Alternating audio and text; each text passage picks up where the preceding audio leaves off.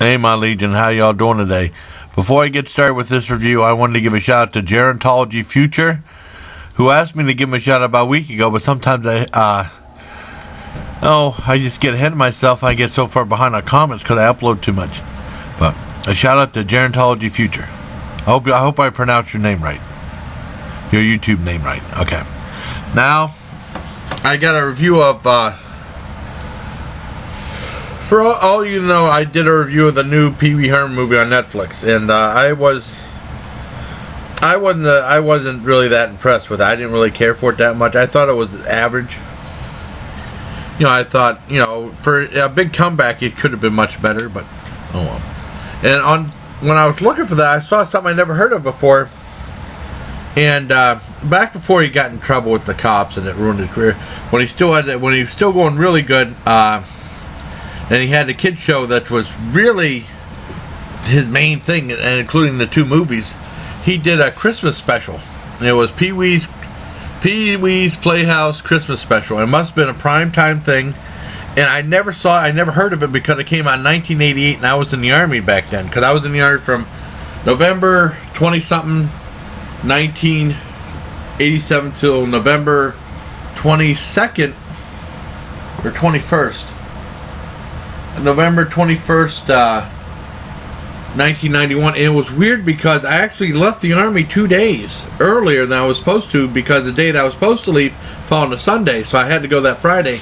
And it's weird because I always thought that Uncle Sam or the Army would call up and say, hey, you still owe us those 2 days. Hell, I'd go back and do the 2 days, and I'd probably get paid better than what I do now, my shitty job.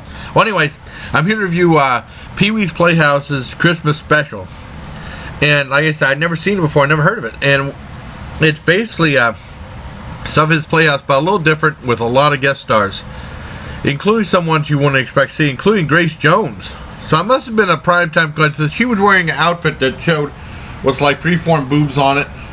And she was doing Little Drummer Boy of all things, because she was pretty, most of you young people don't know who Grace Jones is, but back then in the 80s, she was famous a little bit, and she was kind of outrageous, and she was in a couple movies like View to a Kill as one of the James Bond girls, kind of, or like a part of, kind of like a James Bond girl, and in Conan the Destroyer and Vamp and stuff like that. And she was kind of famous for a couple years, and she was pretty outrageous and nuts in some of her videos and stuff. And she did Little Drummer Boy of all things. And they had some other, including Dinah Shore, which was cool because I grew up watching Dinah Shore. I'm sure Paul Rubens did too, and I think he's paying homage to some of the people he knew when he was a kid. And they had like Frankie Avalon and Nat Funicello on there, and Oprah Winfrey was on there before she got famous,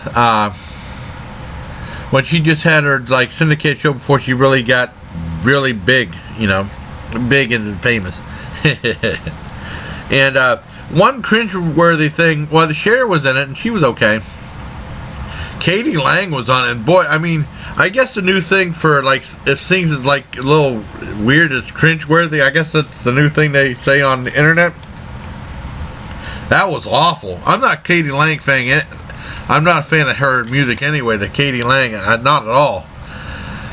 I remember she's kind of I wouldn't get along with her. But, it was really awful. She was awful on it. But aside from that, the show was really good. It's 47 minutes, very entertaining, very funny. That's what everything that this new movie could have been. Funny. The characters were interesting. The new movie, the characters weren't that great or engaging. All the characters in the Christmas special were engaging. All the jokes pretty much were funny. They actually tried to make real jokes.